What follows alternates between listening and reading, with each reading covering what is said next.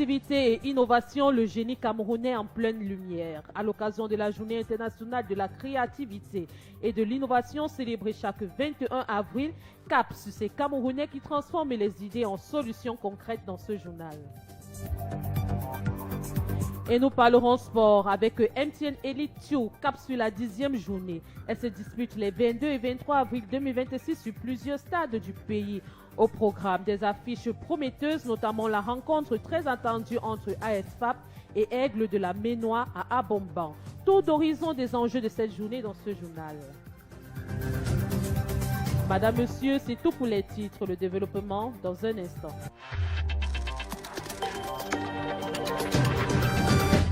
« 92.2 FM. Votre fidélité nous honore. Ouvrons dans ce journal en économie. Le Cameroun s'apprête à organiser le tout premier forum sur les grandes questions économiques le 23 avril 2026. En prélude à ce rendez-vous, une conférence de presse s'est tenue hier lundi à Yaoundé pour expliquer le bien fondé de ce forum. David Zo pour les détails.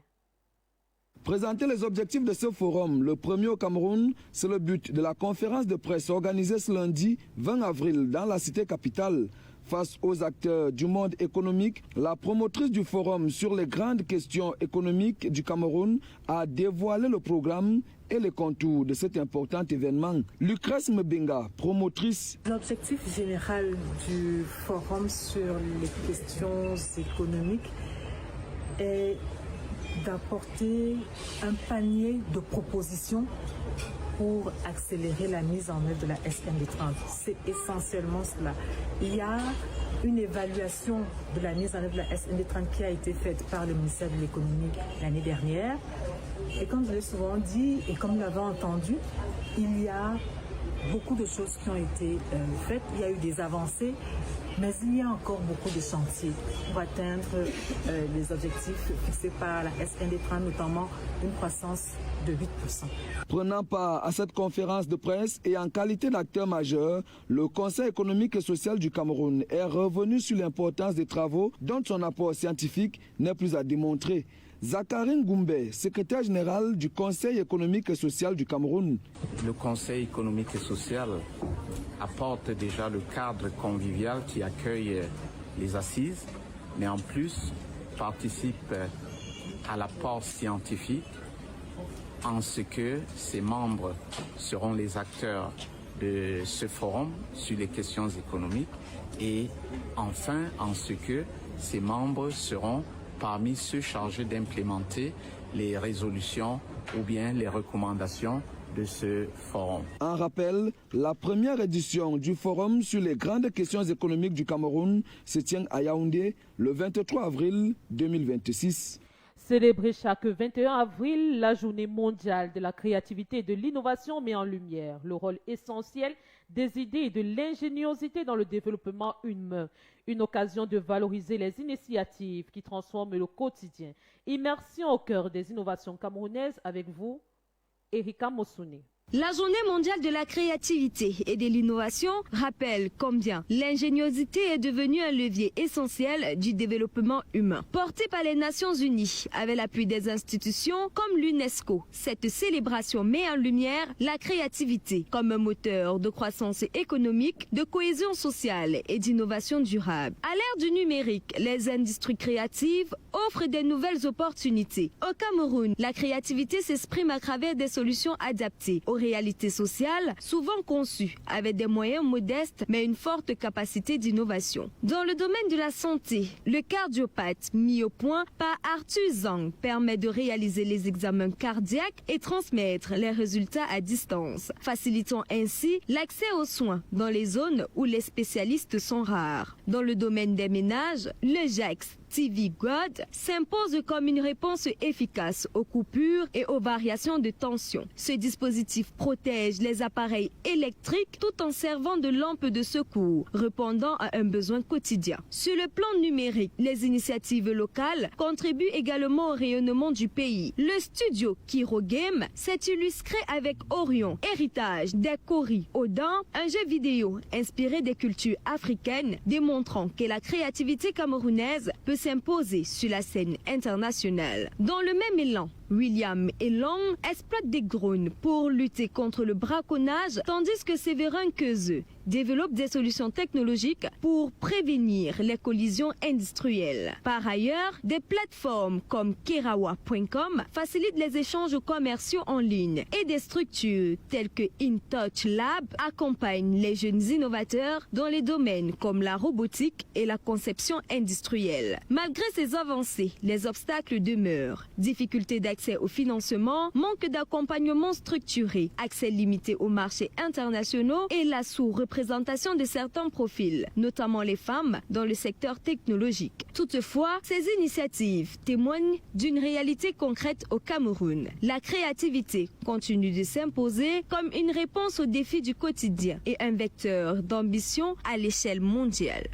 Dans le même sillage, alors que le monde célèbre la journée internationale de la créativité et de l'innovation, le Cameroun semble encore loin de pouvoir exploiter pleinement son potentiel innovant. Manque de financement, infrastructures insuffisantes et la jeunesse qui manque de sérieux. Les obstacles sont légion pour les entrepreneurs camerounais. Suivons ce reportage de Canel Guépi. Alors que le monde célèbre la Journée internationale de la créativité et de l'innovation, un regard est jeté sur la situation dans ce secteur d'activité au Cameroun, où son accompagnement par les secteurs publics reste un véritable parcours du combattant.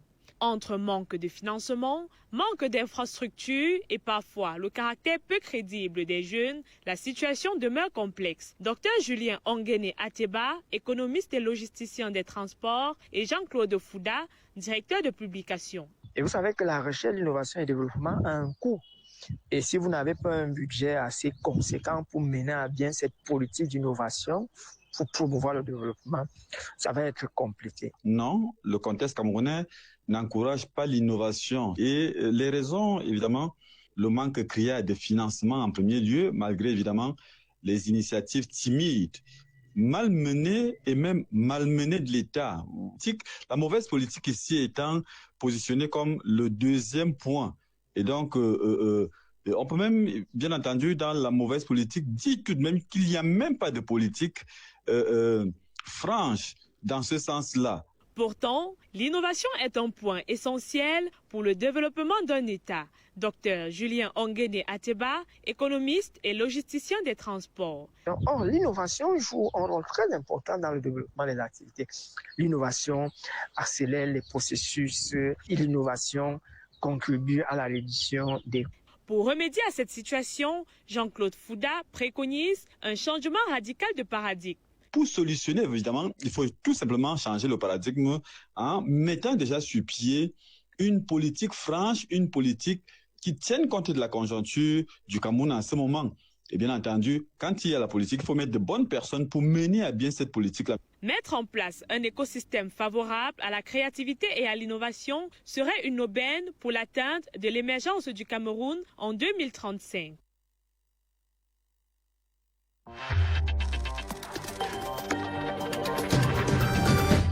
92.2 FM. 12h passées de 10 minutes, vous écoutez le journal de la mi-journée sur Horizon 3 Radio, la 92.2 FM.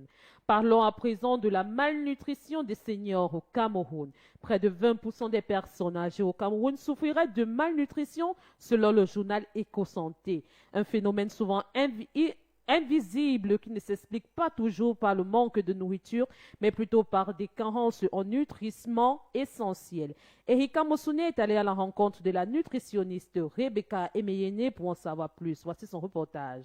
La question peut surprendre, mais la réalité est bien plus complexe qu'il y paraît. Chez les seniors, la malnutrition ne se limite pas seulement à la nourriture consommée, elle est souvent le résultat d'une alimentation déséquilibrée, pauvre en nutriments essentiels. La nutritionniste Rebecca Emeyene souligne notamment des carences fréquentes en protéines, indispensables au maintien de la masse musculaire, mais aussi en vitamines et en minéraux. Beaucoup de personnes âgées consomment des aliments rassasiants, mais pauvres en nutriments essentiels. Avec l'âge, plusieurs facteurs interviennent. La baisse de l'appétit, les problèmes dentaires, les maladies chroniques, la solitude ou encore la diminution des revenus. Les carences les plus fréquentes concernent les protéines, le fer, le calcium et la vitamine D, les vitamines du groupe B. Cette situation n'est pas sans conséquences sur la santé des personnes âgées. Face à cette situation, Rebecca Emeyene propose plusieurs pistes de solutions pour améliorer l'état nutritionnel des seniors, notamment à travers une alimentation mieux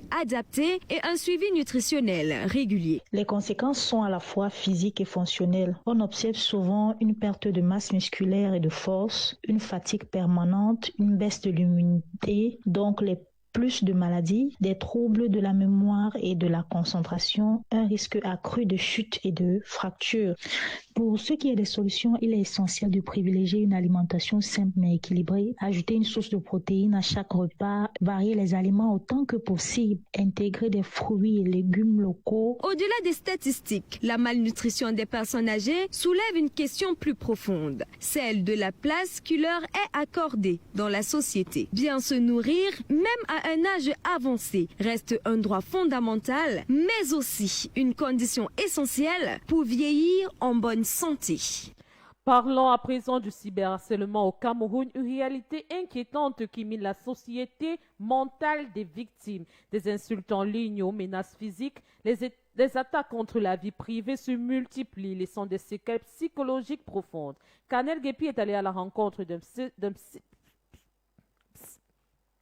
Insultes, menaces, atteintes à la vie privée, voilà désormais à quoi se résume l'espace numérique camerounais. Le cyberharcèlement ne cesse de gagner du terrain, une situation qui n'est pas sans conséquences sur la santé mentale des victimes. Dorian Chouamou, psychologue clinicien et addictologue. Lorsque le cyberharcèlement est répété sur une longue durée de temps, on pourrait voir se développer chez la personne cyberharcelée une détresse émotionnelle qui va se manifester par une peur intense, une anxiété qui peut être généralisée, c'est-à-dire qu'elle s'étendra à tous les objets et toutes les situations de la vie courante. On pourrait voir se développer aussi chez la personne cyberharcelée un sentiment d'insécurité. Il est important pour les victimes de s'ouvrir afin de bénéficier de l'aide, de la protection et éviter les complications. Dorian Chouamou, psychologue clinicien et addictologue, une fois de plus. Une des premières actions que nous recommandons la plupart du temps aux personnes cyberharcelées que nous recevons, c'est de s'ouvrir et c'est de parler. Il faut parler, il faut s'ouvrir, il faut briser le cercle vicieux du silence et du tabou. Parce que le silence et le tabou entretiennent le cyberharcèlement. Il faut dénoncer. Rappelons que le cyberharcèlement reste un délit puni par la loi camerounaise. Prenons ce communiqué qui nous vient de la CamWater. Campagne 200 000 branchements neufs. Composition du dossier. Une demande simple adressée au chef d'agence commerciale centre de votre localité. Le plan de localisation, une photocopie de la CNI et du numéro identifiant unique, la photocopie d'un acte de jouissance ou un engagement sur l'honneur légalisé. Métrage. Le demandeur descend sur le terrain avec l'agent dédié pour le maîtrise de son branchement. Le devis est établi à partir des informations collectées sur le terrain et le montant du devis est aussitôt communiqué au client. Dans le cas où le montant du devis est inférieur à 120 000 francs CFA, le client peut bénéficier jusqu'à 6 tranches au maximum avec la première tranche supérieure ou égale à 60 000 francs. Dans le cas où le montant du devis est supérieur à 120 000 francs, le règlement peut s'étaler sur 6 mensualités avec la première supérieure ou égale à 120 000 francs. C'est signé du directeur général de la CamWater.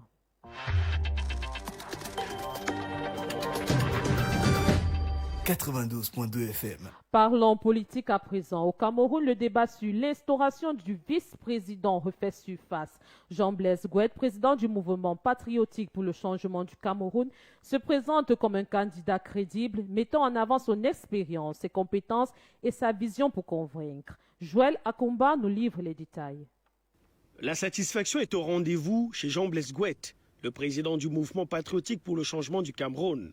Selon lui, un poste de vice-président du Cameroun est le bienvenu. Nous avons accepté de travailler avec le président de la République à porter une vision. Et donc aujourd'hui, ce poste de vice-président qu'il a créé, je suis parfaitement en phase parce que dans l'offre que nous avons fait au président, On lui a dit qu'on aimerait travailler avec la plupart de ses collaborateurs dans tous ces domaines-là. Pour l'homme d'affaires et acteur politique, le contexte socio-économique et les enjeux de développement auxquels fait face le Cameroun font de lui le choix idéal comme vice-président. Le pape a été là et le pape n'a pas manqué de dire qu'en fait, on a une population qui est non seulement assez riche, nous avons des matières premières qu'il faut transformer, qu'il faut industrialiser. On a une population jeune, en majorité de 60% qui est là, la plupart au chômage, qui ne font rien du tout. On a la misère, la pauvreté qui gangrène. Et je pense que demain, le président voudrait sortir en laissant le Cameroun debout. Je pense que sortir en laissant ce Cameroun debout, il faut un homme comme moi, M. Gouet, qui apporte effectivement une vision, des projets, des connaissances, un dynamisme, des partenaires et ainsi de suite. Si certains dans l'opposition critiquent ce poste, Jean-Blaise Gouet, lui, y voit une aide pour le chef de l'État. Ici, le président a été élu pour un mandat de 7 ans. Et pendant les 7 ans-là, on lui a confié le pouvoir de gérer. Au président aujourd'hui de chercher des hommes, de s'entourer des équipes. On sera là pour les gars travailler. Le président ayant aujourd'hui un mandat de 7 ans, il voudrait aller forcément vite. Aller vite, ça veut dire qu'on ne peut pas à son âge lui imposer un dynamisme, comme je disais tout à l'heure, se réveiller à 5 heures, être debout comme nous à chaque seconde. Il faudra qu'il mette à ce poste quelqu'un qui peut porter, qui peut l'accompagner à gérer ce mandat-là. S'il fait un distinguo entre dauphin et vice-président, le patron du MPCC décrit le vice-président comme l'option de la redynamisation du développement du pays. S'il avait mis un dauphin, peut-être que l'armée aurait poussé ce dauphin-là. Peut-être que les autres membres de l'opposition auraient tout fait pour enlever ce dauphin. Et enlever ce dauphin, s'il y a du désordre au Cameroun, l'armée va prendre le pouvoir. Le président a peut-être voulu éviter tout cela. C'est pour ça qu'il s'est représenté pour garantir la paix et la stabilité du Cameroun.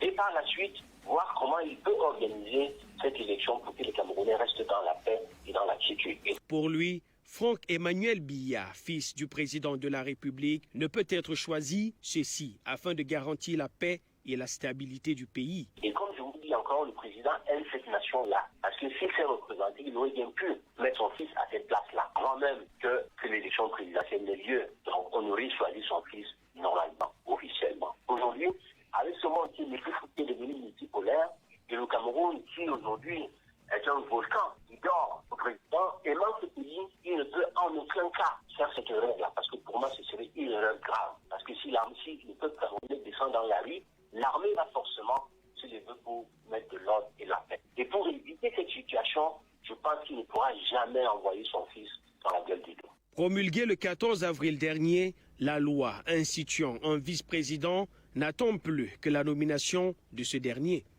C'est désormais acté. La loi portant réinstauration du poste de vice-président a été promulguée par le chef de l'État, Paul Biya. Une initiative qui continue d'alimenter les débats au sein de l'opposition camerounaise. Voici l'éditorial que signe David Roger Bala.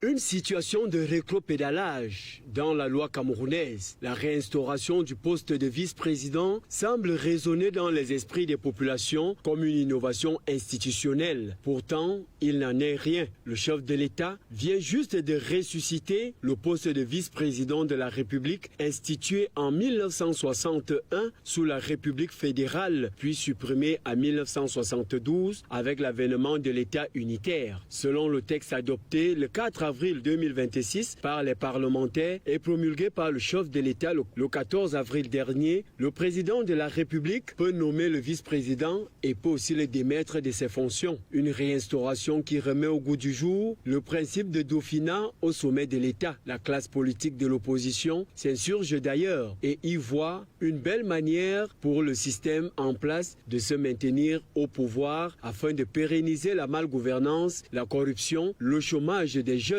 abandonnés sur l'autel de la négligence institutionnelle. Le Saint-Père, Léon XIV, de son passage au Cameroun, prêchait déjà l'épître de la bonne gouvernance. Un recul démocratique fustigé par certains élus de l'opposition représentés au Parlement. L'honorable Cabral Libi, président du Parti camerounais pour la réconciliation nationale, regrette que le texte ne crée pas de la limitation des mandats, de la transparence du pouvoir ou de l'indépendance des institutions. De son côté, Benilde Djemeni du Social Democratic Front évoque, je cite, un assassinat de la démocratie. Pourtant, le Parlement aurait pu voter une élection de liste pour une meilleure transparence dans la gouvernance. Tout semble clair. Le Cameroun est loin de sortir de l'auberge. Écoutons à présent la lecture de ce communiqué de presse qui nous vient du ministère de la Communication. Le ministre de la Communication invite les professionnels des médias désireux d'assurer la couverture des travaux de la 61e session de la Conférence des ministres de l'Éducation des États et gouvernements de la francophonie qui se tiendront à Yaoundé du 27 avril au 1er mai 2026 à bien vouloir déposer au ministère de la Communication, direction du développement des médias privés et de la publicité, leur dossier de demande d'accréditation au plus tard le 24 avril 2026 à 15h30, délai de rigueur. Les dossiers sont composés ainsi qu'il suit. Pour les professionnels des médias nationaux ou étrangers exerçant de manière permanente au Cameroun, une demande timbrée au tarif en vigueur signée du directeur de publication mentionnant les noms et prénoms des membres de l'équipe de reportage. Une copie de la carte de presse en cours de validité de chaque membre de l'équipe de reportage. Une photocopie de la carte nationale d'identité ou de la carte de séjour en cours de validité de chaque membre de l'équipe de reportage. Une copie de la dernière édition datant de moins d'1 mois pour la presse écrite. 2. Pour les professionnels des médias étrangers en mission temporaire au Cameroun. Un formulaire de demande d'accréditation timbré à 1500 francs CFA, accompagné d'un ordre de mission à retirer au ministère de la Communication, direction du développement des médias privés et de la publicité. 2 photos d'identité récentes agrafées au formulaire, une photocopie du passeport en cours de validité, pièces attestant de l'appartenance au métier de journaliste ou à toute autre profession annexe, quittance de paiement de la somme de 100 000 francs CFA pour chaque membre de l'équipe de reportage versée à la régie de recettes du MINCOM, une réservation d'hôtel ou une attestation de prise en charge par le partenaire au Cameroun, une liste du matériel professionnel utilisé en précisant les caractéristiques techniques. Le ministre de la Communication compte sur la mobilisation active des professionnels des médias pour une couverture optimale de cet important événement de notre nation. C'est signé René Emmanuel Sadi. « 92.2 FM » Fermons ce journal en sport. La 10e journée de la MTN Elite Tour se joue ces 22 et 23 avril 2026 à travers les stades du pays. Une journée avec des affiches relevées de Bamenda à Abomba. Le programme de cette 10e journée avec vous, David Zo. 6 stades abriteront les rencontres de la 10e journée de la MTN Elite Tour. Au stade annexe A de Japoma à Douala, dès 13h30, l'Union sportive de Douala à domicile offrira son hospitalité à Sable Football Club de Batié. Et sur la même pelouse, à 15h30, les Assauts de Douala reçoivent APGS Football Club d'Unfou dans un duel des grands de l'élite tout. À Yaoundé, le centre technique de la Fédération camerounaise de football au quartier Odja abrite dès 15h, ce 22 avril, la confrontation des clubs du centre entre ASFAP et Disport de la Léquier. À 13h, le 23 avril, au Bamenda Proximity Stadium, Ngoke Tunja, à domicile, accueille Atlantic SA de Crébi. Et à 15h, sur la même pelouse, Bafoussam United affronte le Racing Football Club de Bafoussam. Le top match de cette 10e journée, c'est la rencontre entre Tonnerre Kalara Club de Yaoundé et Bamboutos de Mbouda, le 23 avril prochain, au centre technique de la FECAFOOT à Odja. À Kumba, dans la région du sud-ouest Cameroun, Kumba Football Club à domicile accueille Yaoundé 2 formations. Et au stade municipal d'Abombang à 15h, l'Union d'Abombang s'expliquera avec Avion Académie de Douala. Au total, 8 affiches relevées sur 6 terrains de football pour offrir du beau spectacle aux amoureux du football local pour le compte de la 10e journée de la MTN Elite Tour.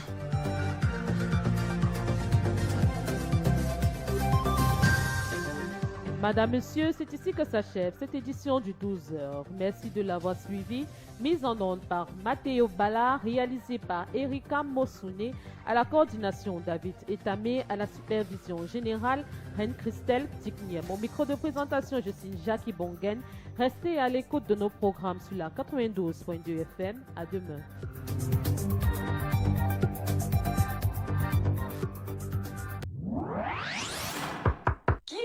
C'est la pub. Ah, il vous